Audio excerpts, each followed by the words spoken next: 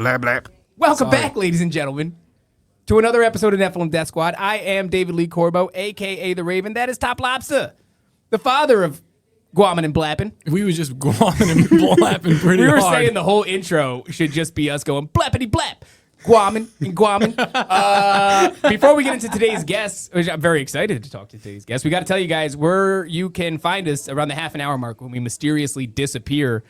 That is patreon.com/Nephilim Death Squad. I got to send my wife a link. My wife. I got to send her a link because she's like, how come I'm married to you and I can't continue watching past the half an hour mark? She should stop being a pork. That's what I'm saying. I got to do that, though. I don't know how to do that. And then she'd be able to buy tickets at Bohemian Grove. Where I hope that our guest today will be. I hope he'll join us at Bohemian Grove. Yeah, we have to get him there. Yeah. He's an integral part of Bohemian Grove. And he also runs the merch stand with Thomas Paranoid American. All this stuff is there, plus discount codes off of merchandise from TopLobsta.com. I'm actually wearing the TopLobsta's Dogman. Can't show off your hoodie because that's not available. Dog. That's exclusive. I made this myself. But this one's not. You can buy these, and you can get the sneakers to match at whatnot.com. Joining us today is Donut. Everybody say, what up, Donut? I want to start by first saying happy birthday to you, Donut. Yo, what up? It's Donut. Thank you. Before we get into today's show, and we're going to talk about weapons. Yeah, dude. No, first off, happy birthday. It's happy birthday. Don't just skip past that. No, man. I did. I said a happy birthday. Donut, by this time, you got to be like 130. I think so. What's happening? It's my birthday every time somebody in the chat room wishing me happy birthday. I like it. Hell yeah. I think it's a reasonable thing to do is wish Donut happy birthday. Chat, please make sure you wish him a happy birthday. Before we get into the show today, where can everybody find you? You can find me at DOENUT, Donut. Donut.com. That's it. He's just like, there's no other specifications. Like, just type it in. Master of plugs. Dude, yeah, again, love Donut's aesthetic. You know what's really funny? I just made an observation. His twin brother. He's got a twin brother? Austin Picard. Oh, yeah. Does the opposite. He does the lengthiest plugs in the world, and then Donut it's just Donut. Yeah. I go, where can people find you? Donut? I was studying the master of, the world, President Trump, right? Yes. It's just Trump, so like coming from another planet as a Teletubby. Yes. I like to see and meet with the most powerful individuals on your plane. Mm-hmm. And thank you for having me on your channel. Your aesthetics are incredible. NDS, awesome. Thank you for that, Bro Grove. I thought he forgot. Shout out. If you don't go to the Bro Grove, you're just not living life. And shout out to Are you coming to Bro Grove? When is it? It is the first week of March, the first Friday and Saturday of March. So by the way, we have one more plug. We have one more plug? Yeah. You could buy us a coffee. We're doing that now. You can call this number. You call Matt. Buy us a coffee when we're live. Matt with 3 T's, because we are coming at you live from the Standard Coffee Shop and Casino /NDS Studios, which is where the VIP experience is going to be, Donut, when we do Bohemian Grove the first weekend in March, which I'm really hoping you're going to be there.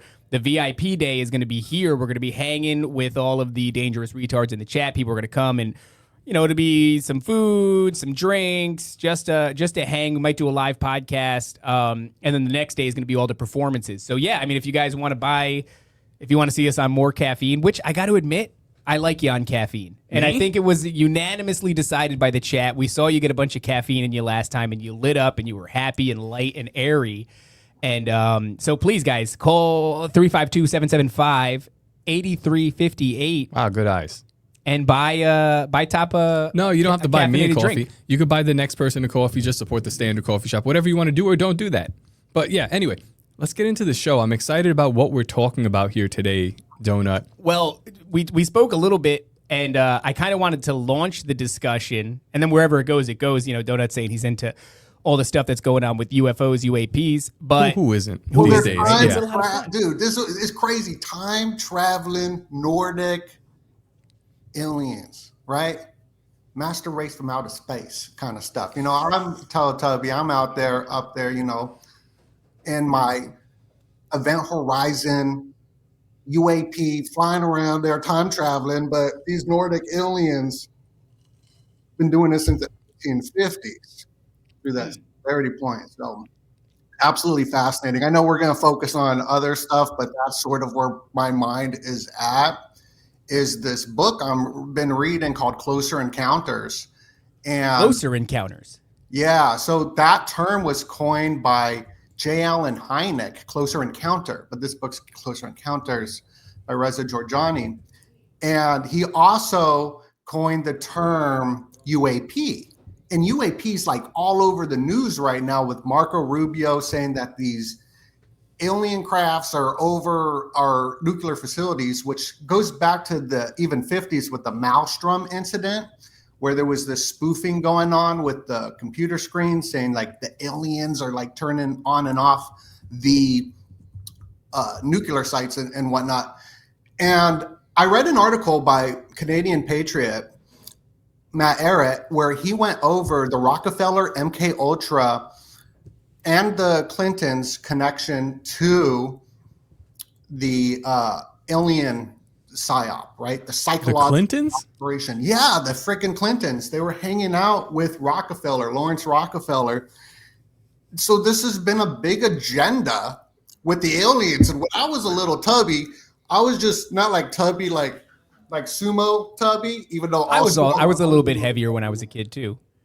I remember seeing the Teletubbies up there, like in California on the billboard, and it was magical. They were doing like sun worship. They had like the baby sun above them, and I was like, that's it. Like being just indoctrinated with octopus aliens from the Simpsons to the Teletubbies, seeing them Teletubbies on the simulacra for me to imitate into a hyper reality, which I'm now a freaking Dipsy.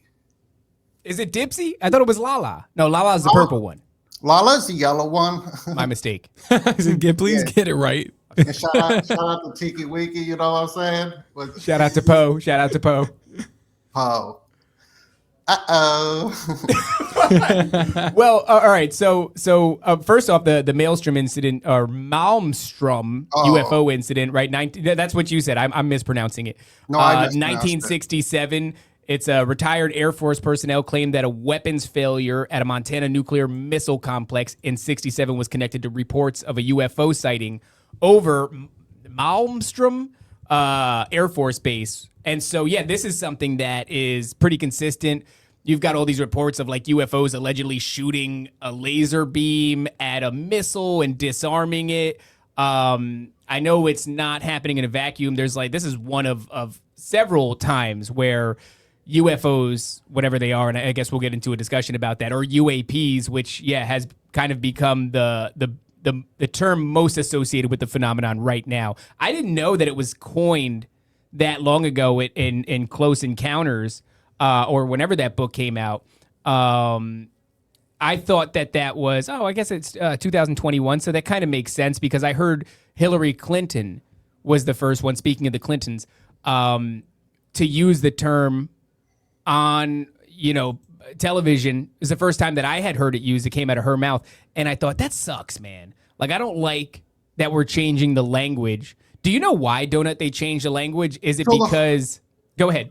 Hypothesis-wise, in this research that I'm doing with this book and whatnot, is because it is by omission of the fourth kind, right? You got Close Encounters of the first kind, which is seeing a UAP, and that's all the news talks about. But they're leaving out the abductions part, because there's a bunch of reports of abductions going back in time. But the fascinating thing is with movie culture and programming, right? And how connected it is to the nationalistically socialist parties, where you get these Nordic aliens. And reading this book and connecting it, he was going through all these older books and this certain ideology going back to this occult secret society of the Thule Society, which is very much connected to just an Atlantis society. And I just thought this is so fascinating. I got, removed off of Vimeo for being you know, I'm not even gonna say the word. You know what I mean? You do that really? No, say it. What For you life. can say, I think you could say it. Yeah, I'm I think not you're gonna allowed to say it.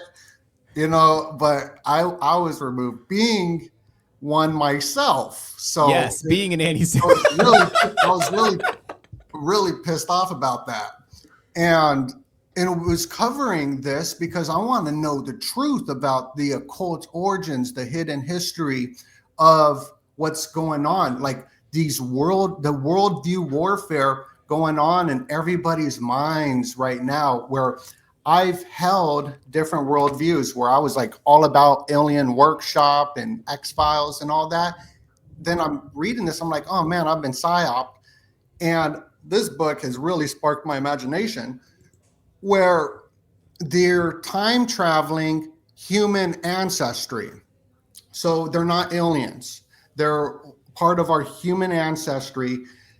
And if there are aliens, they're the octopi, the octopus. Well, that's plural. I think you were right the first time. That's an interesting concept, because I hear that a lot of people subscribe to this ideology that what we would interpret as different species of aliens are actually just our own species from different time eras, I suppose, that are all time traveling back to our current era for whatever reason. Is that kind of the gist of it? Absolutely. That's exactly what it is. And then I'm thinking about all the other movie programming. Dude, Where's My Car? You have the two Nordic aliens looking for the continuum. You said, you know what this is? This is Matt of the Standard Coffee Shop. And you said, can you back up a little bit, Matt, so we can see you? Because you're very tall and we have this thing that's chest height. Well. But you said time travel. And that's kind of a big deal for Matt. Matt really likes time travel. Well, that's your thing, isn't it, right? It's like Matt, who's straight Bible, but is also like super big into time travel. Daniel's like in a vision and then he's talking to people Yeah. in another time period. I don't think we can hear him. Can't hear But him. it's kind of the best if you just thinks, watch him. He thinks time travel's biblical. Which it may be. Well, It's I possible. read his mind. I know what he was saying. I used my... Oh, because you had the Teletubby thing. So he read your mind. He knew what you said. But dude, this is crazy, though. The time traveling Trump, 1890s, right? The singularity event of time travel where they discovered this was like around 1850, around that time. Around this time of the 1850s to 1890s, you got the time traveling Trump plus the Titanic, and it's also connected to the Titanic with Tesla. Like, so JP Morgan, he was funding the third realm with like Ford and Carnegie and Wall Street. There's a lot of, books about that out there. How Wall Street funds all these different wars and movements and whatnot. But the Titanic had this dude Astor on it, and he was funding Tesla's research. Same thing with JP Morgan and co. And after he sank in the Titanic, being that prominent member of on the Titanic that day, left Tesla to not have the time traveling, like 0 point energy stuff. So, I mean, it's just all kind of just strange connecting the dots. Was Astor human? It just, I have to, because it sounds like such an alien name. Was it sounds like a goddess name, right? Yeah, it does. It does. But as far as we're concerned, he's just a regular dude. I don't know, but this book just got, I'm not even all the way done with it. I'm like halfway through it. So I'm just, it's wild. And then the Dude, Where's My Car? I believe that, just like learning about all these other books about time traveling Nordic aliens and the Greys being the robots, that a lot of these movies in Hollywood, and we shall get to weapons, but they're not just running off of just creativity, that they're stealing these ideas and then mixing it in. And Dude, Where's My Car has the T's in it. I won't even say that, The T's. Yeah. It has T's in it? Yeah. I think it's like alluded to. Yeah. There's the T's in it. That's what it says on Wikipedia. But them losing the car is because of the Mandela effect, right?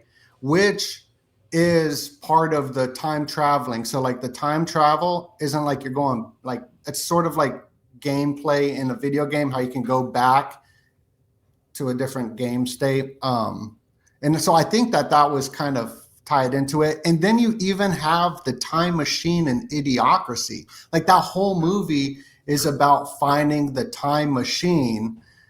And it's also connected to like the National Socialists, the United Nations, and the dinosaurs. And so just kind of fun. I'm gonna wait. Well, that's wild because they're yeah, I guess they are rolling in really huge topics into like some of the most comedic movies of all time. Like, I don't know what that is. Is it to say don't take this seriously at all? Like, if you hear anything about that in the future, you would associate that with like, Dude, Where's My Car is just a silly good time, right? So it's like, if you hear anything about time travel or, you know, one thing or another, and you go, oh, dude, that's from Dude, Where's My Car? Or like, that's from Idiocracy. Like, that's goofy. That's not real. Is it meant, do you think it's meant to like kind of, I don't know, muddy the waters? I don't think it's there to muddy the waters, in my opinion. I think that because it's connected the dots for me as, you know, A Teletubby. As a Teletubby, and I transitioned into, I wasn't born. Y'all probably know me as Donut, but it's Dipsy Hustle up in here now. But Dipsy Hustle, unbelievable. Grinding all my life. All right, grinding on my life. I love that song, by the way. I keep choosing it for every time we like post something. I have a hard time not making it the Instagram music that plays for our posts.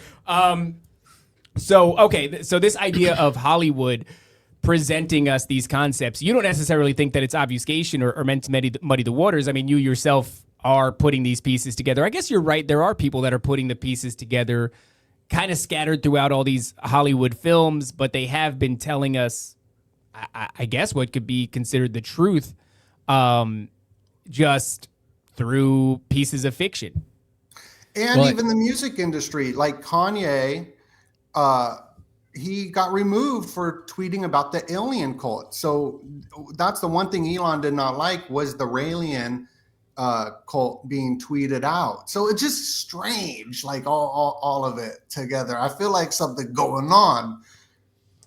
Well, that's something, Top, you've talked about a lot, this Raelian cult thing. I didn't see the significance of it until you brought it up, and then we started looking into it, and I was like, oh my God. Yeah, he said, because I was following very closely at the time, and that was like where anti-Semitic sentiments were like running really high, especially from Kanye West, mainly coming from him. And then he posted that, which is, it's like the Star of David or Remphan or whatever, you know, up triangle, down triangle. And within it is the Nazi swastika, which honestly is very aesthetically pleasing when you look at it, because it does. It just flows together so well. Yeah, I mean, they're two powerful symbols, right? It's like is it the North Star? It's this idea of like the precession of the equinox. I think it's the observation of the Big Dipper as it moves around like the North Stars. I mean, I'm not and then the divine feminine, divine masculine, which is also an elemental thing too. Like that upward triangle, downward triangle. Yeah, it symbolizes a lot of different things. Yeah. But it's powerful symbology. But Elon was like, "That's a step too far, buddy." Yeah, I know you're posting hardcore black porn on here, but don't do that one. Yeah, those specific lines in that arrangement will get you banned off of Twitter. And that was like when he first brought it. So there was like a big. There's a concerted effort to make it seem like this is a very free speech platform. And, you know, it has been in a way, but it also hasn't been. So that was telling for me as well, because I was doing like deep studies on the Raelian cult and what they were doing. And that stuff goes into not just like the worship of Elohim, which Elohim would be the classification of what God is, and the angels or demons or fallen angels, you know, whatever you may have it. That's a classification of entity, which also could be an alien, possibly like a... Well, that's what Cliff High thinks. He calls them the Elohim worship cult. The tall whites, what do they call them? The thick whites. The thick whites. Shout out to Tupac Abra. The draconians, you know, the lizard people, all this kind of stuff.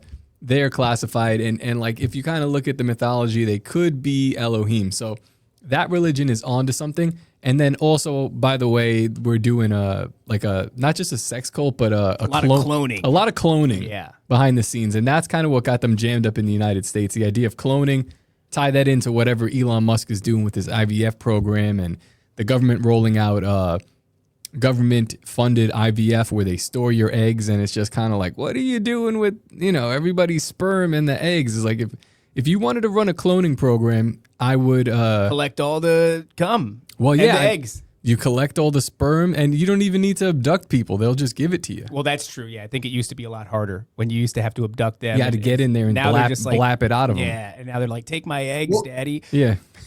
These damn aliens, right, which are just Nordic human ancestry, they're doing a ton of the experiments sexually with the abductees in all the cases. Sorry, Donut. That's what a Teletubby tells you they're doing. They're doing it sexually. I am so excited for whatever Lainey does with this. Oh yeah, this is very exciting. We're gonna get a banger edit out of it. So the Obamas, they made that great film, Leave the World Behind. Like it was a good movie. Like we can't play a hate on a good film, but it was propaganda, right?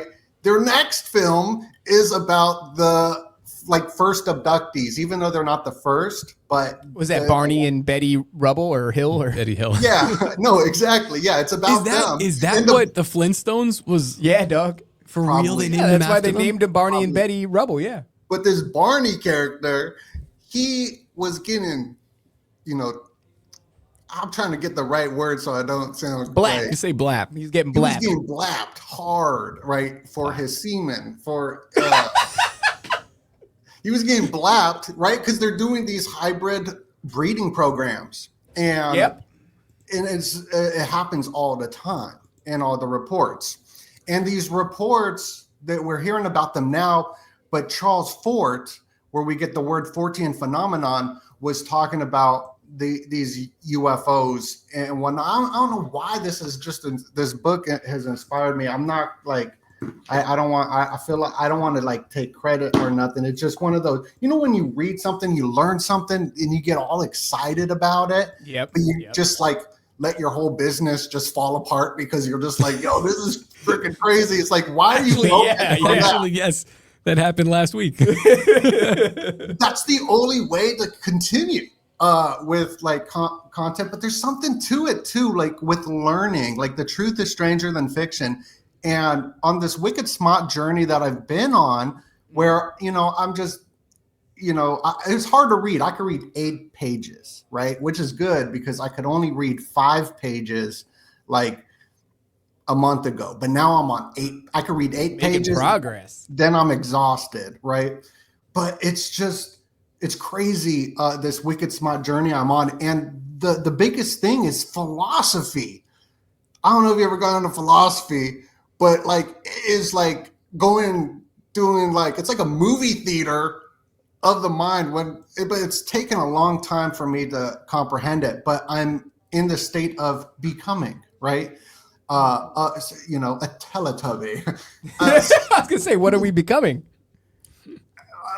It's all, it's different for everybody, my family might think I'm a failure. My audience is probably yo, what's going on with this content?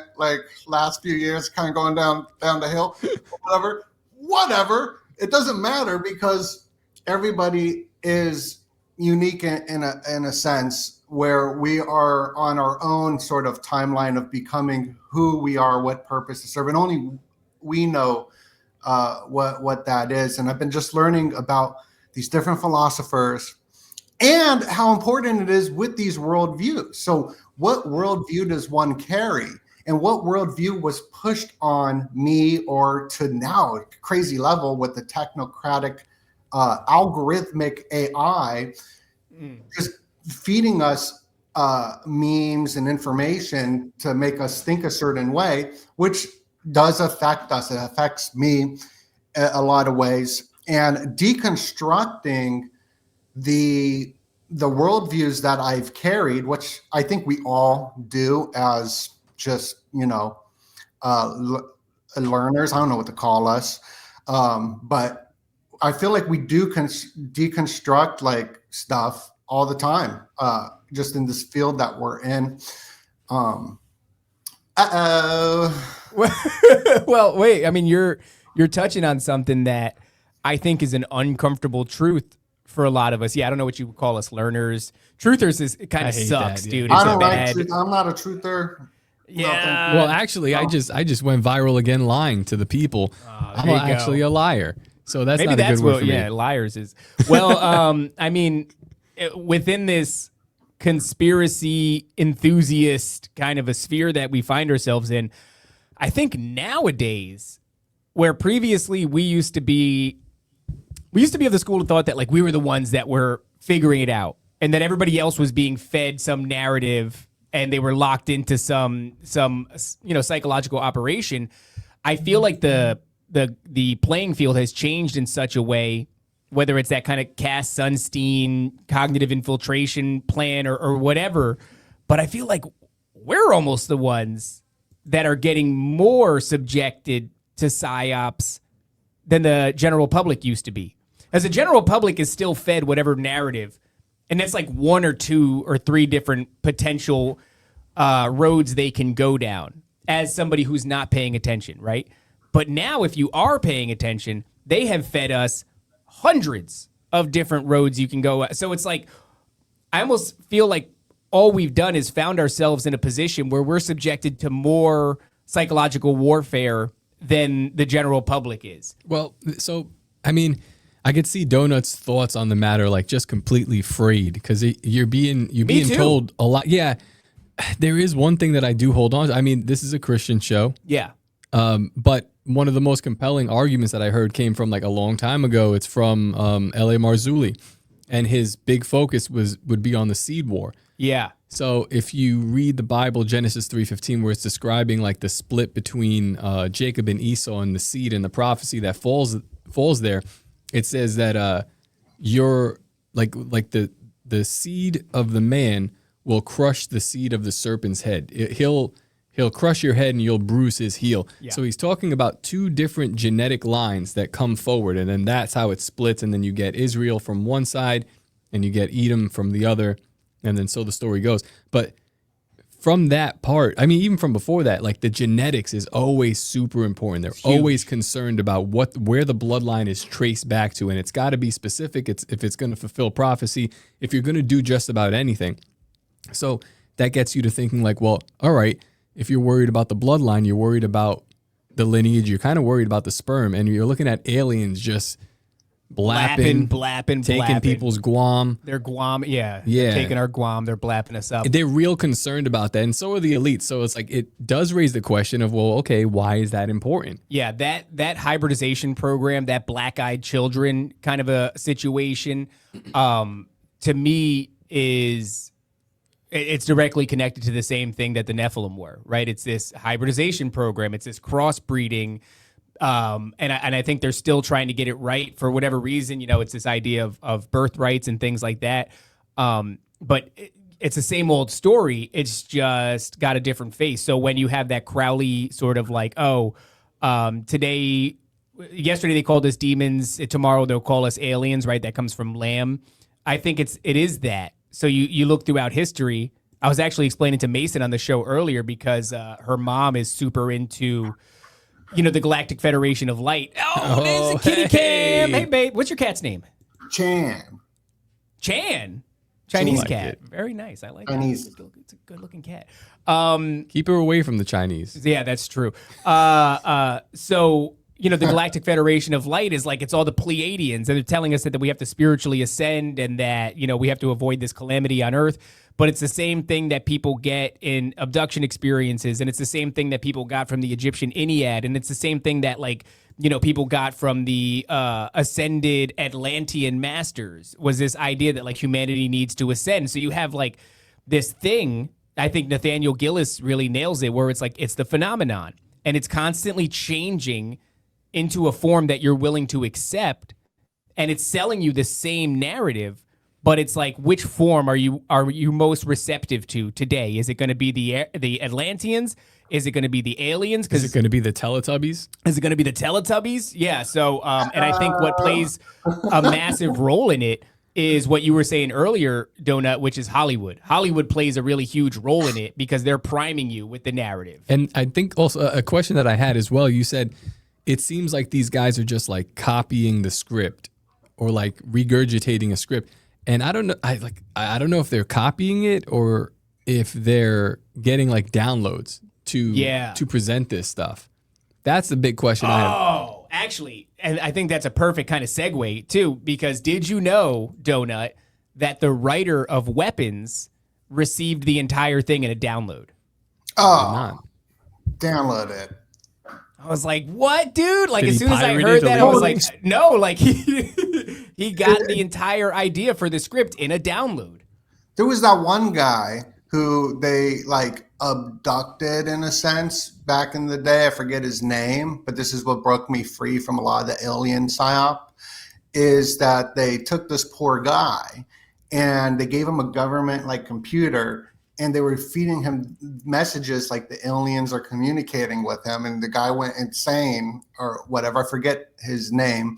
But I think I know what you're he talking got like a about. download straight from the, intelligence agencies. And I'm watching the show called The Chair Company, which is pretty good. And that sort of same thing seems to be happening in that show too. So where is the download button? Where are they downloading it from? Like, could it just be like handlers and whatnot? That's wild. Weapons was a good movie. I like that film. Before we get into it, we have a lot of filthy poor people watching, and I look, I have a lot of empathy for them, and I do enjoy them, but it's just like, the poor thing and the unwashed and the dirty, So we're gonna have to shake them off because I've stood about all I can stand. If you want to continue watching, patreon.com/Nephilim Death Squad. Otherwise, give it about a week or so. This episode will drop in its entirety, but you can imagine it's going to be pretty censored on YouTube. We're gonna have to censor certain words. So, my bad. Well, no, it's probably us. But otherwise, Patreon members can enjoy the rest of this. So yeah, this conversation about weapons. I saw you were doing a breakdown on it. I didn't want your information to sort of flavor my opinion of it, so I went ahead and watched it. And I haven't looked at your breakdown of it, so I kind of wanted to get your thoughts on like what was this movie, because it felt like a lot of things. It was a lot like a Rashomon effect, which is this Japanese film that the film was so great. It's an older film in the Criterion collection, where it was so amazing that they use it in the court of law today, called the Rashomon effect, or Rashomon effect. If I'm pronouncing it wrong, my apologies. It's Japanese. And it's a film that is told by like 4 or 5 different angles. And so when you go to court, there's like 4 or 5 different angles that see the story totally differently. And this film did that. I thought it was a fun movie. Plus it had, I think her name's Julia Garner from Ozarks. She's just incredible watching. So I really she's like the niece of somebody big, right? Who the heck is her aunt? I forget what it is, but she comes from like good acting stock. Oh yeah, she's great. Acting wise, like Ozarks was so cool. Yeah, But, it's I'd like a to good get show. your- Oh, here she is. Yeah, this chick. She's a killer. She's a killer. She's a good actress. You know what it is though? She does something about it that's like she can make herself. I think she did this partly in Ozark, where she was like, she came off as compelling but unlikable. Like she was kind of like a little bit of a sleazeball of a character. She plays that very well. So there's going to be some spoilers, I think, for Weapons, for the audience if you haven't watched it yet. Maybe this will actually make you want to watch it. But what I was getting, Donut, and I wondered if you got this, was there was a lot of subliminals in the background that were pointing to the year 1948. I wasn't sure where to place that. It popped up in the film several times. I thought maybe it was a Operation Paperclip thing, but Paperclip kind of takes place like 45 to 50 or something like that in the grand scheme of things. So I don't know if it really, I was saying that for a while. I don't know if that makes sense though. And the other thing that was coming up a lot was the concept of parasites. So I don't know if you remember, Donut, but there was like 2 moments throughout the film. One, they're talking about cordyceps mushrooms taking over insects. And there's like this element of possession that kind of is playing a role in the film. Well, it's not playing a role. I mean, it is. It's a huge part of the film. And then it happens again in one of the classrooms, and they're showing the classroom 217, whatever it was, which 17, obviously, it's like the kids go missing at 2:17 in the morning. I think 17 of them go missing or something like that. That keeps popping up, but this parasite description is written on the chalkboard in the background. And on the other side of it is a whole description about whales and them using frequency. Oh no, we lost Donut. What happened? I don't know. Looks like he just dropped out. He might have had some connection issues. We'll give it a second. Oh, there he goes. He's back. All right. And he's back. What was the last thing you heard me say, Donut? The parasite, that part. Yeah, so the parasites were coming up constantly, and also this idea of frequency, and it was like shown in the sense of like the whales, and that was written on the chalkboard how they communicate through frequency and such. So and then of course there's witchcraft, which is like the big reveal. It's actually a fantastic film, and all of these elements I think play together really nicely. Parasites, parasitic entities, possession, frequency warfare, frequency technology, and witchcraft. Did that make any sense to you? Were you seeing that? Absolutely. It was full of voodoo as well. And I did a breakdown over on my channel, which is still up there, on this show with Anya Saru and Wordsmith Nikki. And it's just incredible what they found. So I'll use a lot of their information, but they were looking into, everybody's looking at it a certain way. And I was diving deep into the voodoo thing. And this 217 number, when you watch The Bride of Chucky, she's doing voodoo to, summon Damballa, in a sense, to wake up Chucky, in conscious spirit transfer him into this doll. And it's on page 217. 217 is like part of the Shining, at least the original, like writings of it or something like that. And that this number just pops up all over the place. And then Ani was connecting it to it's room 217 at the Stanley Hotel, which inspired Stephen King's novel. Yeah, so that 217 does pop up in The Shining as well. And so there's like numerology, but the voodoo thing I thought was interesting because they're eating this Campbell's chicken soup, and like the chicken is sort of like a sacrifice, even with the Hebrews or even in voodoo. There's always this like chicken sacrifice, and they're like fed off of this chicken soup that they're eating. So I think that there's even something there. So there's just a lot of wild elements, and the frequencies is the wildest. And it was just such a wild movie because it covered like all these different topics, but the guy was looking for like his son, who was the bully to the kid. And the kid, so there's this other relationship going on, and this Rashomon effect, this movie Rashomon, that also bring in like this witchcraft kind of channeling lady who's like channeling in the court case to see what really happened. Really? That was part of the real life court case? Oh, in this film. In the film. Okay. Fictional film. But so there's a lot of interesting ties to that film, which I highly recommend. But there was this tower that was like the centerpiece of the entire movie. And when you rewatch it, you'll see how important like this tower is. So it feels to be connected to the lockdowns, and yes, also all the needles in the movie, right? The guy again with the addiction. Oh my God, yeah. So there's a lot of ties into it, but even the music videos. So there's something called, it's a music video called like there's like Something in My Blood or something like that they're playing in that film during the certain scene. So you could even link up the music in the music video. It's like zombies, orbs, and all that. Yeah. Oh, that's right. I remember that song, and I was pointing. You know, I think it's Zombie in My Blood or something like that. Something. Yeah. Like, connect. And that's going to go into, you know, the parasite thing, the cordyceps mushroom thing, right? Where they're talking about, in the film, they're talking about this mushroom taking over the host.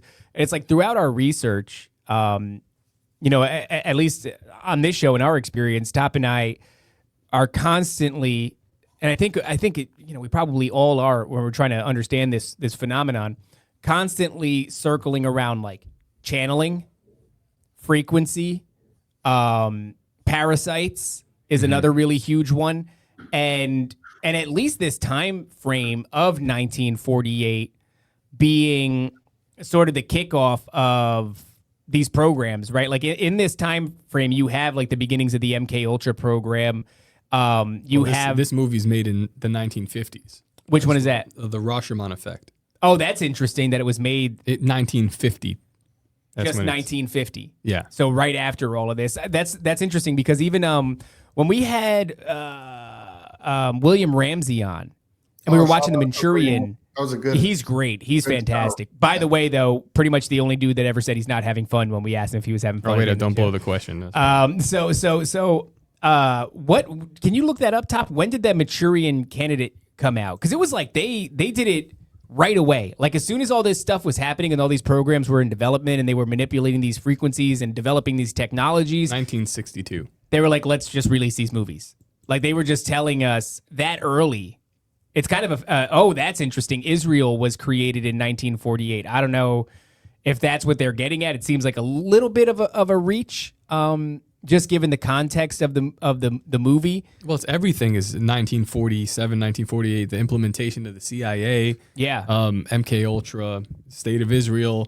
Most of these movies, the Roswell phenomenon comes up shortly after. Puharich on the scene doing all the channeling and all this stuff, all around the 50s. So something happened. There's a turning. Yeah, even when they're running the kids and they're in that, like, that's like one of the pose of what, with a famous picture of like when the nuclear blast went off. It's sort of, and I probably was that year too, maybe. Oh, what would that be? The nuclear test that they Hiroshima. Did? Or Hiroshima. Which I think happened around like 217 or something like that too. Like, so there's 217 numbers. Yeah, so it looks like 1945. So just a couple of years before. It's a wild time in the world. We just keep coming across this time frame of 45 to like 55, 45 to 55. That 10-year span is like kind of nightmarish. You know what I mean? As far as everything that they end up developing and implementing, and now whatever we're subjected to here in 2025 feels like, you know, just the well-oiled version of it all. Yeah, the culmination. The culmination. Yep. Yeah. You know what it reminds me of? I don't know if you've seen the film White Noise. Not the old one, the new one with the train derailment. Oh, yeah. And that was like on point with what actually happened in real life. So it was sort of like there's a word for it that Nick Land or something made up. So like a revelation of the method kind of a deal, or? Oh, I think we got Donut all blapped up in the game again. We'll give him a second. He might come back, or he might. Chat, is this real? Chat, is this real life? Because sometimes I'll be talking at the same. Oh, there we go. He's back. Okay. I kind of lost you there for a second. My computer's saying that the internet is connected, but it's like going in and out. My apologies. It could be us too, because we have bad internet here. We're trying to get it upgraded, but this is something that we've had to deal with a few times. I really like the beginning of the film where it was doing the Rulkin figure of Julia Garner, where they're showing the back of her head and her silly little afro puff that she got going on there. And then you finally see her, and she's like very weak and fragile, which is like the opposite of her real character in most of her films. Although in the movie Assistant, she played that, which I didn't really like that much, because I like the feistiness of her. How she's always like this, like just yelling all the time. And And I thought that the film was really cool, showing how they started her off like she was like this like kind of weak kind of chick, but then like she's all wild. Yeah. That movie White Noise, besides the fact that it was, so in real life it takes place East Palestine, Ohio, but in the film it takes place in Ohio, and you go, oh, that's close enough. Then you find out that a lot of the actors that they sourced were people from specifically East Palestine, which is very interesting. And it takes place in the 80s, so obviously there's a 30-year gap. But the really fascinating thing isn't just that you have a train derailment that spills a toxic chemical that ends up, evacuating the town, which is virtually exactly what was happening in real life. Right around within a week, by the way, within 1 week of the film's release. I don't know if the film was a week after or a week before, but within a week of each other, this real life event takes place. The other thing that is absolutely fascinating, what's the expression that you've been using, Donut, to explain when there's multiple POVs in a film? The Rashomon effect. So this is very much like that, the Rashomon effect. And this is very much the same thing that you would have seen in The Shining, where it's like you have a movie up front and it is, The Shining. But then there's something going on in the background, and people will say, well, it's talking about the genocide of the Native Americans, or it's talking about the faking of the moon landing. A number of elements are playing out in the background of the film while you're served up something in the foreground. White Noise was almost exactly what its title is saying. White noise. The dialogue in the film is almost meaningless. There's no like real plot twist. It's just like a train derailment.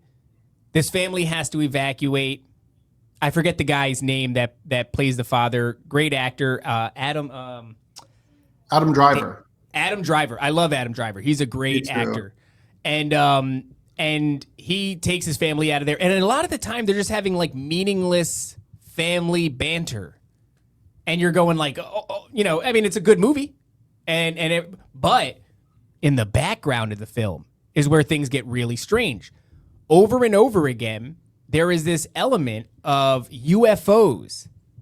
And you'll see it in the newspapers that are in the background. Or you'll see a UFO poster on the wall. Or you'll see a news broadcast that's breaking news headline says UFO lands in, yakety yak, whatever place. And at that same time, we're getting the Chinese weather balloon is traveling across the country.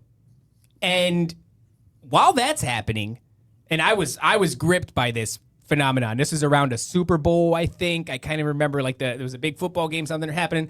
And I am looking constantly at the internet and watching these things pop up. I remember one of them particularly happened in Uruguay. And I remember that because I'm Uruguayan. It's like you never see news out of Uruguay. So I'm like, that's interesting. And it was UFO news. And then there was reports that Canada had a UFO and it shot it down. And then there was reports that China had a UFO and it shot it down. So at the same time that this weather balloon is traveling across the country, all over the world, different countries are reporting the same thing. And some of them are even reporting that they shot them down. So you look at this movie, White Noise, and it's telling you the same story in the background. Dude, I don't know how to quantify that.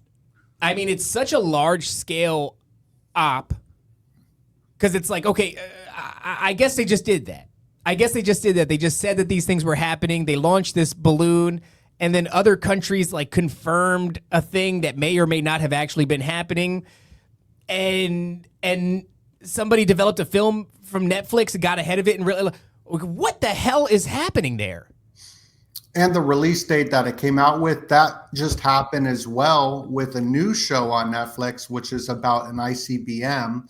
And then that same story on October 24th, when that show was released, Russia was in the news talking about their nuclear capabilities. And it's a big connection, and it goes into marketing and advertisement. Like the advertisement agencies got it on lockdown to purchase these certain products. Like I look at it like Eminem popcorn, Coca-Cola, we all know what it is, but they still advertise it for us because it shows like when it's there, people will purchase it, the statistics. So I think that what is going on is not only the movies telling us it, the books, but even when we're at the grocery store and we're going through the checkout magazine, we all have to see the magazines. Who's buying magazines? Like they're there, but I feel like it's just getting placed into our subconscious mind. And then you have food products. Like I sort of brought the Mountain Dew Code Red conspiracy to the table, because Code Red was released like a month prior to the Homeland Security Code Red system, where that's like the which we like hit. Like, so there seems to be a connection to even food products, which makes sense because Ben and Jerry's, they publicly say they're not an ice cream company, that they're a political organization, right? So McDonald's is not a hamburger chain, it's a real estate chain owning the best properties around the world. And I mean, who knows, maybe this whole Middle East conflict is just a McDonald's conflict, so they could get that, that good land, and then they'll move it to, I think McDonald's is playing a huge role in stuff that is kind of left out, because President Trump, remember, he fed all the football players all the hamburgers at McDonald's, and everybody loves McDonald's. And he went to the drive-thru. Remember, he did the drive-thru operations, and it was like iconic photo shoot. And like, there seems to be something more to that story too. Getting these Happy Meals all over the place, because that gets into like the imprinting. But yeah, so I think there's a lot going on. And then we look at our phones, it's like everywhere. Just whatever the message is, then it's somewhere in our subconscious mind, probably. Well, so what's when crazy, it happens, it connects the dots. It's crazy how layered it is. It's like layered. that's I kind of go back and forth. People will accuse the government or whatever. They'll say like, oh, these kind of conspiracies can't happen because people are inept, and why attribute to malice, which you can attribute to ignorance, like that sort of a thing. And I go, I don't know, man, because I'm looking at this thing. We'll say it sometimes on the show where it's like we're being subjected to the most sophisticated propaganda machine in the history of humanity. And then every once in a while, I get like a reality check about just how sophisticated that propaganda machine is. I mean, just going back to the white noise thing, I don't understand. I can't claim to understand how you could orchestrate such a thing, to put all this time and effort into a thing that's like happening on Netflix and then happens within a week in real life. And it's not just a train derailment. I can get behind just a train derailment, but like this thing traveling across the country and other countries corresponding with their own reports of UFOs, and like, what? And then to ask like the big why is like another task in itself. But I look at right now what we're being subjected to, which is this kind of bukkake of information from the 3i Atlas situation, which is like, it's alien adjacent, or maybe it's not adjacent. Maybe it is. It's directly, over the target. And you have this Avi Loeb guy who keeps going out into the world. He's been on Rogan's podcast now, of all places, which is the new Laurel Canyon, I think, in so many ways. And he's saying, yeah, this 3i Atlas thing is it's not organic. It seems to be piloted. All the craziest crap in the world. And then you look over and New York Post is like correlating this thing, and it's going, yeah, it is a hostile. It's hostile. What do you mean it's hostile? Oh, Avi Loeb says it's going to release orbs on the 30th that are going to appear to us as UFOs or UAPs. What are we talking about? How do you even determine this sort of a thing? But it doesn't seem to, I mean, we just passed this October 30th prediction. I don't know if you want to call it that. And I haven't seen anything, but it doesn't seem to have slowed down any of the fever pitch surrounding 3i Atlas, which I think plugs right into this whole UFO thing. Somebody, I just confirmed this in the chat. Mountain Dew was... no, it wasn't. The Hartman brothers filed for and received copyright on the Mountain Dew name 1948. Oh, snap. What the fuck? All right, see what I mean? Yeah, sorry. What's going on, man? Too much. Is it by design? It's got to be by design. And is it to get us to accept it, or do you think it's a bit of like boasting, like putting your signature on a thing, putting your big fat wiener on the table? Like a serial killer will like carve their initials into the body, or like leave like a calling card, like, yeah, look what I did, even though it's like it's a horrible thing they did, but they can't help themselves but to play this cat and mouse game.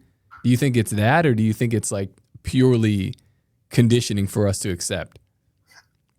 I think both. I think what you said, it was really good connection. Have the serial killer leaving the Joker card kind of like as the signature. And I think it's such a deep psychological operation. Like with just me just studying like myself, like my thoughts, my emotions, my actions, like it's hard enough for this young Teletubby right here to just like live life not on like some sort of zombie type rhythm. Every day I do this like same thing, like this pattern, and breaking that pattern is difficult. And I think y'all do it really, really well. I think anybody that has comedy and humor is able to break out of that conditioning and look at oneself from a different like perspective, sort of like disattaching from oneself in this world. There's so many different worlds. I really think it goes into psychology, philosophy, and all this, just how interesting that we all are, just like humans in general. But we also are not perfect, and we can just fall into a certain worldview or a rhythm. Probably would be a good thing, speaking of like frequencies and rhythms, like music and all the music and weapons. I was looking at the BPM, and it wasn't a scary movie, right? It didn't feel scary. There were scary scenes that were like, that lady on the roof kind of thing on the ceiling. Like that was scary, but it wasn't like scary. The BPM? The BPM of the Beats per music. minute. Yeah, it was more of like a rave. So it was more of like a pump up video, like, oh, I'm ready to go dance kind of throughout the film. And I think that these rhythms, these pulse is sort of one of the big secrets. My friend Guy Tao brought this up to me like 2-3 years ago. You know when someone goes on a podcast with you and brings up something, and then you think about it for like 3, 4, 5 years? And yeah, just like, on this show, what we do, Donut, is we repeat that for the next 2 years. Like I hear a thing and it resonates with me to such a degree, and it just plugs in so well. And then I just the chat knows. It almost becomes like our thing now. Yeah, because I can't shut up about it. I'm like, oh my god, this thing is like a little piece of the puzzle that plays with my puzzle really nicely. Then I don't shut the hell up about it. Well, so like when like chicks are all hanging out, they'll start getting on the same rhythm of like their periods. And there's something with rhythm and like pulses, like with the heartbeat or the breathing, when we're in a like state of sympathetic nervous system kind of thing, where we're breathing like anxiety, like quick and whatnot. I think that maybe even having everybody in that state, like the push of just naughty videos like 24/7 for ever since the internet came out, LimeWire and all that, that's keeping everybody in a state of fight or flight when they're viewing this material. And it's not even relaxing the parasympathetic nervous system, where it's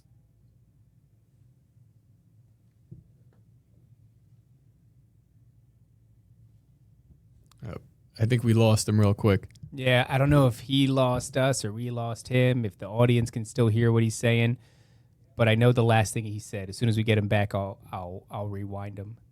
Yeah, it's I think it might be a little bit on his end this time, which is actually unusual for us. Yeah. Yeah. It makes me feel better, though. Give him one more minute. But I feel bad because he's going to come on having said like a whole minute's worth the longer of it gravy. goes on, the more I'm like, this guy's just dumping gravy on us. a lot and we can't hear going on. Okay. Hold on a second there, Donut. Donut, we lost you for You know what I love about Donut? He's a professional, and he just keeps going. Tinky You Winky, can hear, like, when he hello. comes back, you're like, this dude kept going. You were saying that The parasympathetic nervous system is where Yes. we kind of lost you. I'm you sorry. said it keeps us in this state of mind. You know, Yeah, all and of the also- stuff we're inundated with. Also with Twitter, I don't know if you guys experienced this, but they loosed the crap out of me. I was like not even acting myself on Twitter. Like I just get mad and yelled at people. I was not being me. And what happened was I was placed in a survival mechanism, which is fun to be in, survival, because it makes me feel important. Like, oh, I'm here to survive. But I think now other people are going to be loosed just because the Middle East war sort of came to a pause for the time being.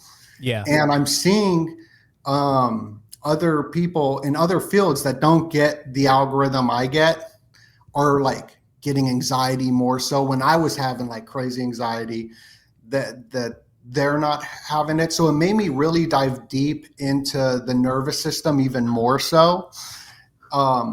It just, the controllers, whoever they are, they understand these little things. And with the technology they have, knowing our eye movements, our breathing, our excitement levels, what we're going to purchase, it's like next level crazy. It's hard to even comprehend. It takes a while.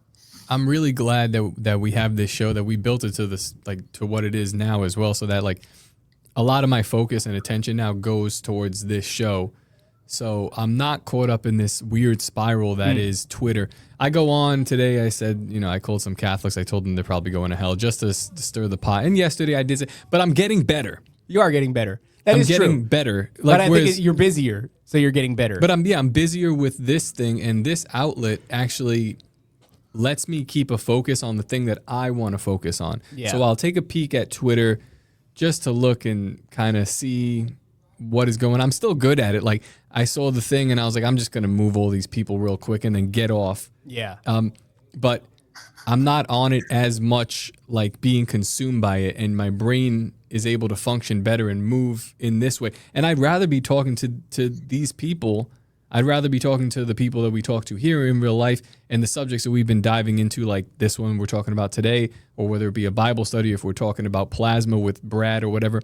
Those are the things I want to bring to the table. So it's such a weird thing, right? Because it's like Twitter is, he's got his plasma orb back there. Oh, I'm no, sorry. it's Yeah, this. no, I was going to bring it up. Well, I do want to say, though, on that topic that Oh, this You know- plasma? Yeah, there you go. Don't touch the that, lava man. lamp. There's demons in it. There might be demons in there. Well, so there's the demon and the Ecker. I would highly recommend this book as well, which Who's goes that into by? Dr. Joseph Farrell. And it goes into plasma. Is plasma a high intelligence life form? The hypothesis of that. Mm-hmm. Very spiritual book. I mean, I read it. He's Orthodox Christian, so I think that you would like it too. But the perspective of this book was just like Reza Giorgiani's book. Just something about books are so incredible, and I'm just such a big prominent. But he was showing like these different sigils of planets. I haven't opened this book in a while. Looking like it's a great book. I highly recommend this book as well. I like to reach out to that. Have you had him on your show? I would love to. I'm so scared to. I gotta step into. I gotta embrace it and do it. You know, because like these are like celebrities to me. So, Maybe we could do. Maybe if you don't want to do like solo with somebody, because I get it. If you would hop on with us and do it, that would be. That would be I fun. would love that. Okay, all right. We'll figure something like that out. But Put a suit on. what- and all that. Well, no, then you you're keep the good. suit on. You're You dressed. keep the You're suit on. dressed perfect. I wanted to say, though, on the topic of that, like, so you look at trauma-based mind control, and it seems reasonable to assume that they have to keep you in a state of fear, and that you're more susceptible to hypnosis if you're in a state of fear, which makes a lot of sense. You just look at the idea of like problem, reaction, solution, right? They create a fake set of problems that are threatening us one way or another, and then they offer us the solution. It's a form of hypnosis. But I do think that fear, sadness, and anger are all pretty adjacent to one another. And in women, it'll, it tends to, it's not unanimous, but it does tend to, manifest more as sadness. And in men, it manifests, generally speaking, more as anger. And I think that when the Twitter algorithm or when anything has you in a state of anger or it has you in a state of sadness, it pretty much has a, what are you doing, Mason? She just loves it. You know what? It's weird. She came in here looking for her shirt. Mason, it's under the laptop case. But she was like also kind of making sure she was in frame and she was like smiling before. We're on. Now you're locked out, mate. No, now you got to stay for the whole podcast. I mean, the drawbacks of being in a coffee shop. I like it. Right. I think it adds to it. Goodbye, Mason. She's got rage issues. But when you're angry or when you're sad, it's very similar to having you in a state that I would imagine if you could track the frequency of those emotions, they'd be very similar to fear. So I think all those states of being, she went out the other way, being afraid, being sad, and being angry have you basically off balance, more susceptible to the hypnosis that they hope to launch against you. And think about it. Let's just say 9/11. You have this boogeyman across the ocean has done this thing perceivably to New York City. You're going to have a couple of reactions. They're going to be fear. It's going to be sadness for the terrible thing that happened. And it's going to be anger that leads you to wanting vengeance. Now they've got you hypnotized and they can convince you to go across the ocean and go kill a bunch of people in the desert.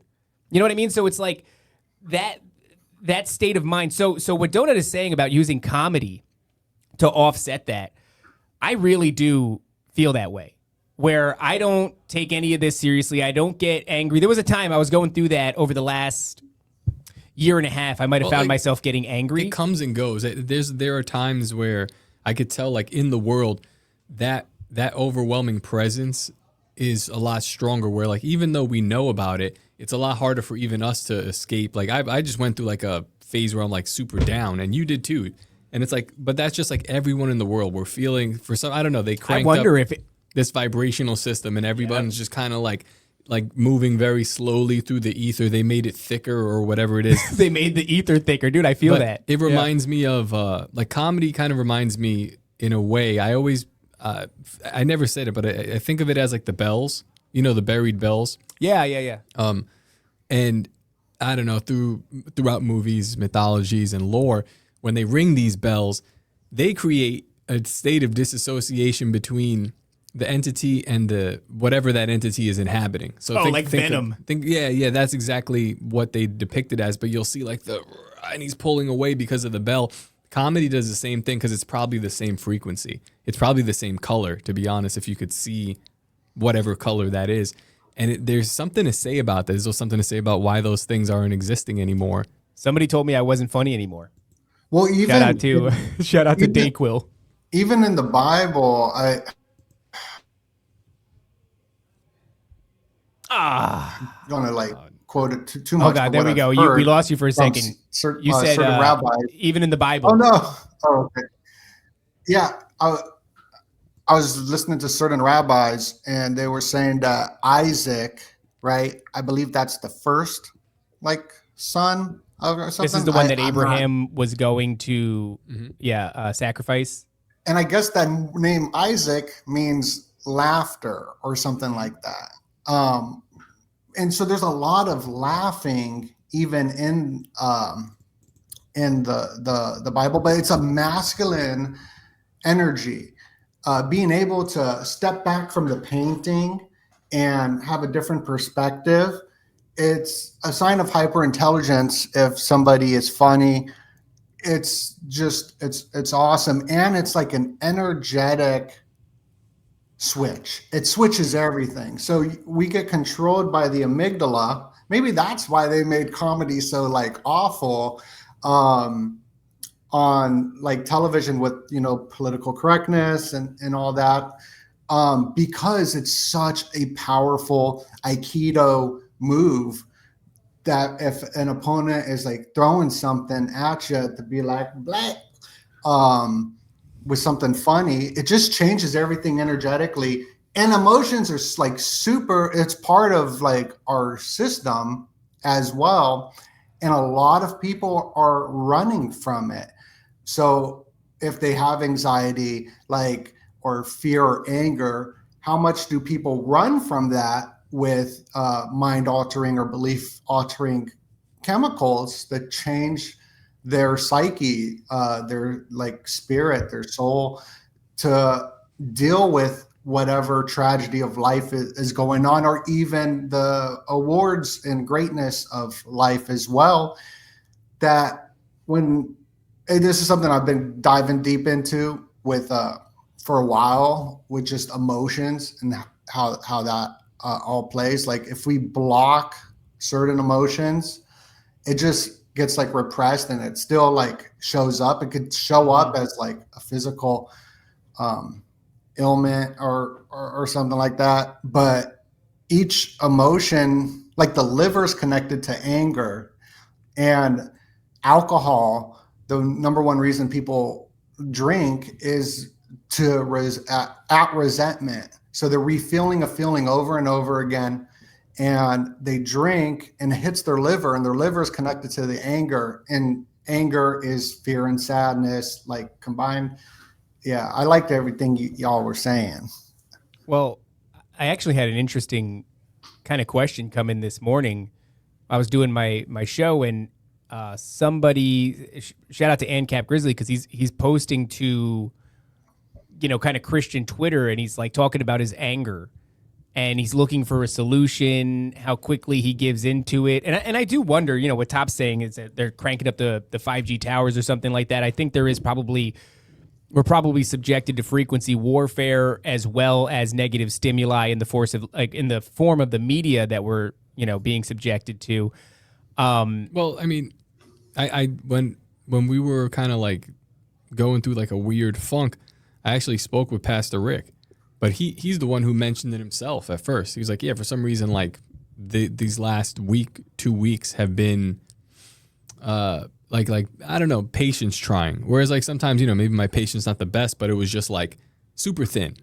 And I was like, well, why are you feeling that too? Why does that seem to be the case with everybody around? And it's like something's going on. That is something that we've had too. It's like every time there's a big wave, if I look around, I see other people, not to use this weird analogy, but like when we were going through this big thing after the last Bohemian Grove, I looked over and it was like Trump was having a falling out with somebody. I forgot who the heck Elon, that's right. And then there was like a couple of other, like, you know, celebrities that were also having a falling out. And I'm like, I'm not saying that that's even organic. I'm wondering, like, if, let's say you launch a thing and people are subjected to it, like frequency warfare, and then you have their, like, idols or celebrities, the people that they look towards, and you have them orchestrate a falling out. Does that exacerbate the feeling that, because now you're looking at it and you're seeing it and you're also feeling it. So externally you see it and internally you feel it. Does it amplify it in some way, shape, or form? And you're talking about, you know, Trump and Elon. I mean, who does it get bigger than that as far as a billboard for negative emotion? And I remember at the time being like, this is so much heavier than just a coincidence. You know, this feels like spiritual warfare. But I do think that, you know, at some level, it's a decision. When I was younger, this is what I was saying on the show, is like when I was younger and I was homeless, I had really extreme emotions. And it got to the point where I was either going to succumb to those emotions, whatever that looked like, which is, you know, not a good thing, ultimately succumbing to sadness and depression, or I was going to change that. And the way that I changed it was literally, I know it sounds so stupid and reductive. I'm not saying this works if you're subjected to microwaves from the ionosphere or whatever, but it was a decision. It was a decision to no longer be sad. It was a decision to find reasons to be happy. And you would find that if it was something as simple as the weather, or like, I remember when I was really super homeless, like it would be like the smell in the air, the feeling of the sun. Like I had to focus on those things in order to not focus on the sadness, or else I would succumb to it. So at some level, it really truly is a decision. And I think that's the truth even if you are subjected to the media, even if you are subjected to frequency warfare, et cetera, is you still have that agency. We're not totally parasitically controlled by some cordyceps mushroom creature, right? You have to decide. Happiness ultimately on some level is a decision. And it's also a muscle that you can train. So if you're angry and you stay in that state, you become really good at finding a bunch of shit to be angry about. But the same for the inverse. If you're happy and you learn to train that muscle, you can find at any given moment 1,000 things to be happy about. So you have to be careful which gay wolf you're feeding inside, you know? I love that you're talking about happiness because it is what you're talking about is attitude. So in recovery, I'm in recovery 10 years. Also, I wouldn't say I was homeless because was couch surfing or whatever, but couldn't pay bills, couldn't do nothing.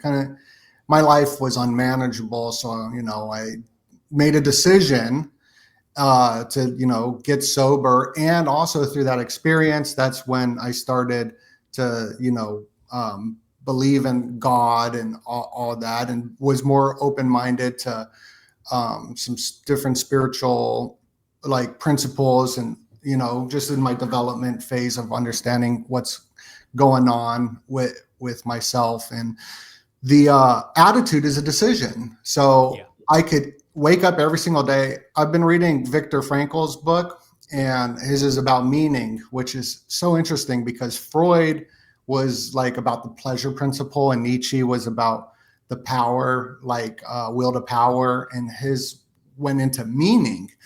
And reading his books lately has been very nice, but also reading all these different philosophies. And the attitude we can choose, we could find meaning in whatever situation that we're in. And just being here right now, again, this other opportunity to live life, because that's exciting. And there's so many possibilities that can happen, but I tend to focus on the worst possibility is going to happen. Y'all know me. Y'all know how much I freak out. I get anxiety. I'm all letting fear operate my life. But that's where courage comes in. And that's cool. Courage is a cool word. I just like courage, because courage is you're scared, but you still do it anyway. Yes. And that develops faith, as well. And it's a responsibility too. Look, I'm responsible for my attitudes and my actions. And this is wisdom as well, because we're not in control of most stuff, right? That's out of our hands. And but we are in control of our actions and our attitudes. So that's that wisdom. I just like that you're talking about it. The happiness thing is cool. Well, it's interesting because like I said, I started off talking about this morning, and now I guess I'm going to end up the second half of the day talking about it again. But I do think it's important, and it's something that I want people to understand, is you have a lot more control over that happiness and sadness than you might imagine. In fact, it's almost the only thing you have control over, right? Is you are the filter that life passes through. You determine the way that you interpret it, and the way that you interpret it frames virtually everything else in your life. And I think there's a reason that the Bible warns so much against fear being adjacent to sadness and anger and all these different things, is they're corrosive and they're acidic, and if that is the filter that everything passes through, it is not one that you can sustain for very long. Although I guess you could sustain it for very long. I've known dudes when I was at jobs, and you'd have a guy that comes in and he's 60-something years old, and all he does is bitch and moan and complain, and he's angry and every day he's there. So I guess you could do it for a long time. Seems like a miserable existence, but I think that this choice to work out that muscle and to see things in a positive light, because I think it's just the truth of the matter is there are a million things to be happy about, and there are a million things to be mad about every single day, and you just decide which ones you're going to focus on, which ones you're going to amplify. Isn't it interesting that like scrolling Twitter is just finding the thing that you want to be angry about. That's what I find myself doing. Yes. I'm like, I don't necessarily care about any of this stuff, but like which one of these things is going to trigger me the most, and then it'll just continue to show up in your algorithm. Like I got caught in for some reason like the atheist algorithm. Oh, you could go there and just start swinging windmill arms. Yeah, and I'm like, I'm just gonna fight with these people all day. I'm like, I can't do this. Yeah, I've tried to, so yesterday I made a post and I'm waiting for it because it has some black people and I'm sure they're gonna get mad about it, but it didn't come from like a negative place. It was just like a funny observation. It was a funny thing to say, but it was a chick who chose to be angry, and she's in like, Walmart or whatever. She's in the crafts aisle, and in the craft aisle they are selling, cotton, like it looks like the cotton plant. Yeah. And she's just snatching all off of the shelves, and she's throwing them all on the ground, and she's screaming about it. This is not okay to do this kind of a thing. And all I said was, it's actually very interesting how quickly she picks it. It's almost like it comes naturally to her, and it wasn't like, it's not a thing. I don't mean it like that. It's just a funny ass thing, in my opinion, to say at the moment, because she is rapidly snatching cotton off the shelves. And I'm like, she's pretty damn good at it, But somebody did comment and they go, oh, well, it's interesting because they put us in the South because all the white people were dying from the mosquitoes and everything. So they chose us to work in the South. And I go like, sounds good, man. Like, I'm not. Oh, no, it's funny. It's the autonomic nervous system being triggered. And what Top was saying, I find myself more in recommendations on Twitter to get pissed off because I go on my following and I'm like, this is boring. And I go to the recommendations part and I'm just like, whoa! And then I go like, it's so like manipulated my emotions, but I like it. What brings me back to wanting to feel that, self-pity and pain and fear and anger and all that, like what's driving me? Because I'm choosing to do that. And the autonomic nervous system, like this lady getting really mad because of a word, right? Yeah. And I remember seeing this lady on the street on the YouTube. She was like so mad. She's ripping up this Greek flag and yelling at the restaurant because she thought it was an Israeli flag because it was blue and white. It was like, it's a Greek flag, and the Greeks are just like, what's going on here? We're just sitting here trying to make gyros, heroes, whatever, and you're tearing up the decor outside of our restaurant. And she's like, oh, like it's a great classic video. That it shows the power of symbols and words and all this, and how we can get manipulated just through these reactions. But the comedy is stepping back from that. That's why it's so genius, and that's why you have to have that high intelligence to even be on that spectrum of. Well, thank you. I'll explain the troll that I did, and it's great. What did you do? I mean, I even got Tom Woods, Tom Woods is a very smart guy. So I saw that like some meme was going around about Olive Garden giving to EBT Oh, that was people. so funny. And I just go, man, rest in peace, Olive Garden. And it's like when you put something like that out there, it's just putting it there. And I know what people want to think about it.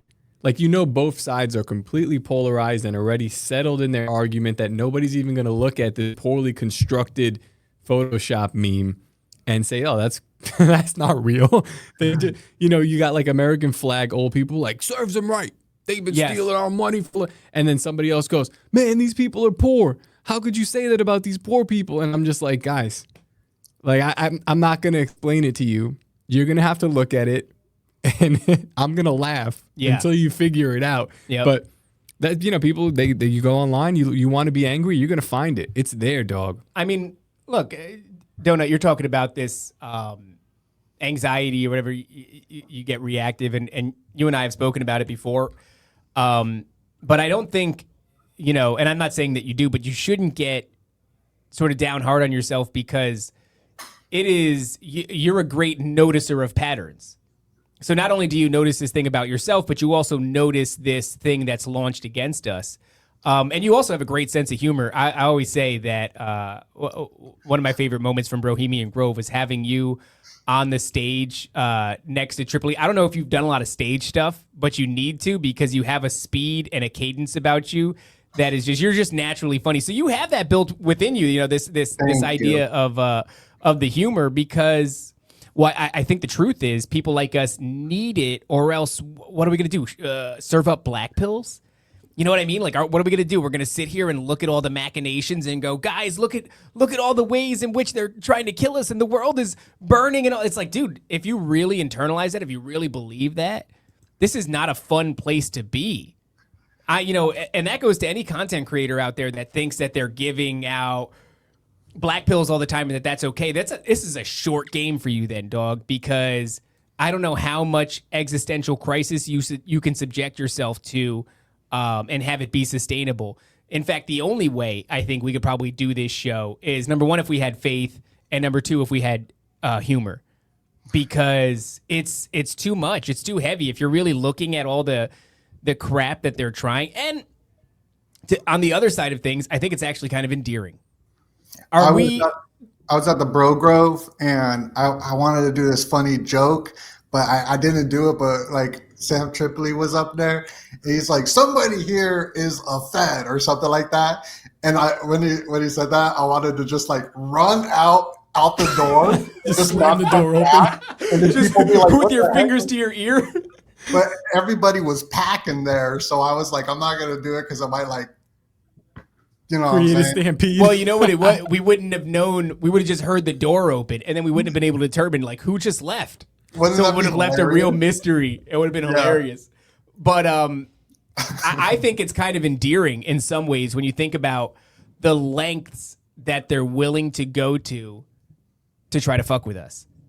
I mean, isn't that nice? Isn't it kind of crazy that like we're worthy of trillions of dollars, all of the accumulated research of the Nazi regime,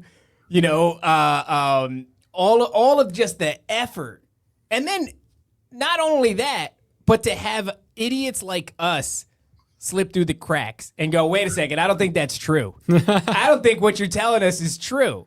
You know what I mean? Like, what an insulting thing it must be to just be constantly just trying to just demonically infested, trying to figure out how to manipulate the masses, dumping all this money. We got to get 2 taxable incomes, get that woman to work too. We need more money so that we can lose it when the Pentagon explodes mysteriously and it's going into all these blacklisted projects. And we're just trying and yeah, we'll release the CIA documents years later and they'll all be redacted. We can never let these people know what we're doing. It's a master plan. And then the 3 of us, this dude's dressed as a Teletubby. He's just reading government documents. And we're like, I don't think this is true, man. I don't think we should be afraid. I mean, that's got to be pretty insulting. It's also God's in control. So, that's the good part, because there's that aspect which gets removed. And so there's also that as well. So like, there's a famous like saying in the Torah that man plans, God laughs, and so I really like that too. That's why I've kind of given up, and I've just kind of gone like, God, whatever your plan is. Like, I know we have all these lights and all this camera and everything, but I honestly feel like it's what God's wanted us to do, because the path opened up in such a way that it just wouldn't have made sense to not do it. And so, whenever I pray, I'm just like, whatever your plan is, because, surely God's plan is better than mine. But yeah, I think and it always works out better too. Like, I got these plans, but now I'm freaking Teletubby on NDS. I mean, come on. Like, God's plan way better than whatever, but that doesn't mean that I don't have responsibility to take action. I got to take the action as well. Faith without works is dead. I think that, having conversations like these, well, once again, just to visit that idea of like black pilling, like that's not what we did here today. And every time we manage to pull that off, I'm happy, because that fear, it's also addicting. So a lot of people go to their favorite content creator just to be afraid of whatever the thing is. And we don't do that here. We didn't do that here today. And I'm always happy whenever we can kind of impart that message instead, because it's like, yeah, if you do have faith, if you believe that there's a God and you believe that he has a plan, what are you afraid of? And we've talked about that in the past. Your life is constantly petitioning you to engage in one path or the other, fear or faith. Over and over again, a thing happens to you, and your two choices are usually boiled down to just that. Are you going to choose the path of fear, or are you going to choose the path of faith? And that's what I mean when I say, like, when it comes to anger and fear, like, you have to let it go. That letting it go is like, it's faith. It's like giving it up to God and just going like, yeah, man, whatever your plan is, I can't presume to know how things are going to turn out.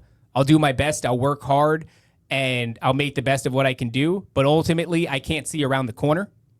So whatever your plan is. So and once you do that, it's like, what the hell am I going to be afraid of?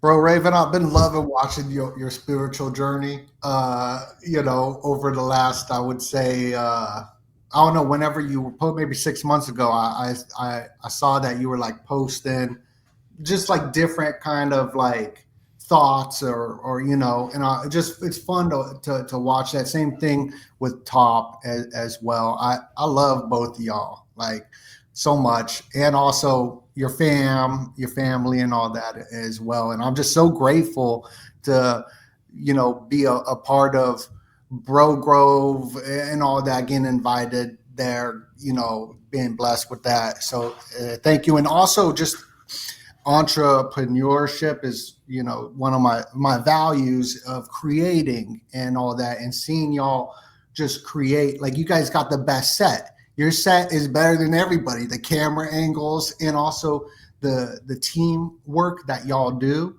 that it's not like a one-man army with y'all, that you're able to work with so many people, and it's just very cool. And even when them trials and tribulations happen where they try to not allow you to perform your show, or just so many things, and rising above that and continuing as well is just very inspiring to watch. So a shout out to y'all. Well, I love you, and I'll kiss you on the mouth. And don't do that. I hope that you will come to Bohemian Grove. It'd be awesome to have you. I hope you wear the outfit. Look, we're gonna do it like I said, the first weekend in March, and it's still early. We're still setting everything in, but as far as all the homies, Donut, Thomas the Paranoid American, everybody who is invited all the time, Cheney, shout out, who by the way needs to get up. We're trying to she's like, we should do like a late night. I'm like, I can't stay up late, Cheney. She wants to do everything. She's like, Secret Society of Good Guys happens at midnight. I'm like, I know. I am a sleepy old man, Cheney, but yeah, of course, everybody's She told invited. me that, and like my wiener shriveled up. I was like, "Are you kidding me? Midnight? I can't be up that late." She's like, "I want to do a fight companion." I'm like, "I can't." I've got things, unless it's in Abu Dhabi and it happens at 2 p.m. I simply can't, Cheney. But I hope you'll be there, and I would love to. That first day, Donut, is just going to be us hanging with all the people. Yeah, so, March, I'll be there.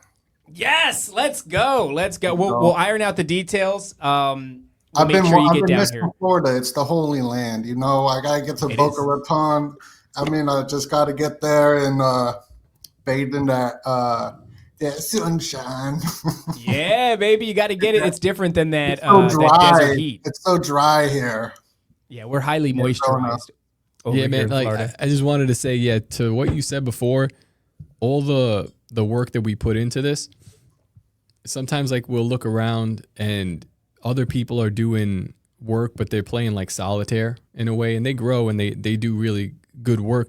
But for me, it never seems worth it if like the people that are around you, the people that you're communicating with that help you do the show, that come to give, like most of these people just come and give you an hour and a half of their time.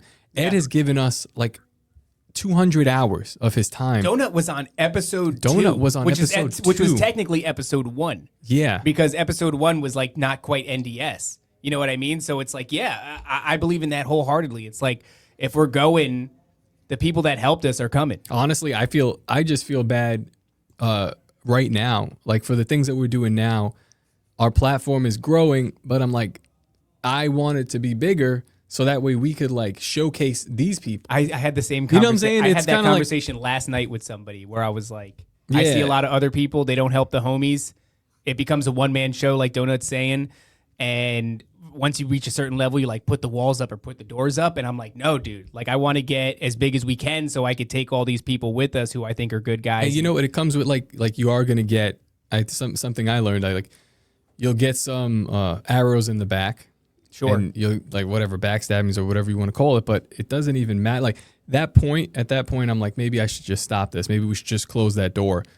And I was like, nah, I don't think so. And then, it eventually works out that you have some Speaking weirdos. of closed doors. Yeah. Unbelievable. Get out. Close that door. What are you doing? You can't close the door. You gotta invite these people in, and you have to have that community, like a real community around you. So we're going to continue to try to grow it just so that we could showcase like the really great people around us, and hopefully our fans cleave to them. Yeah. The same way that they've, helped us. Well, helped us I know out. that all the dangerous retards love Donut. Oh yeah, but that's like a given. Like I'm not even talking about Donut.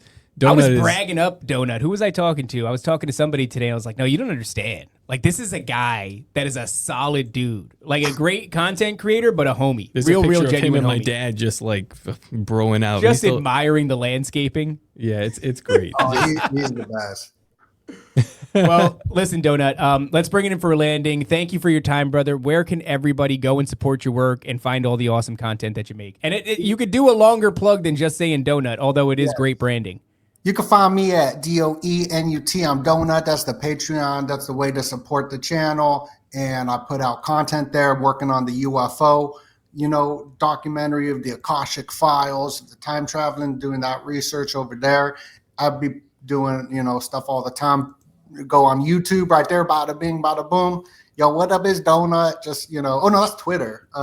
Yeah, shout out to there's YouTube. There's YouTube.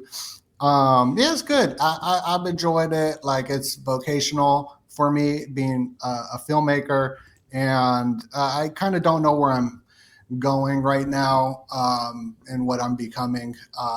But it'll happen. Sometimes you get an idea and a vision and you go with it, whatever. And I got an Illuminati comic I worked on with our friend Paranoid American. It's a chit track comic.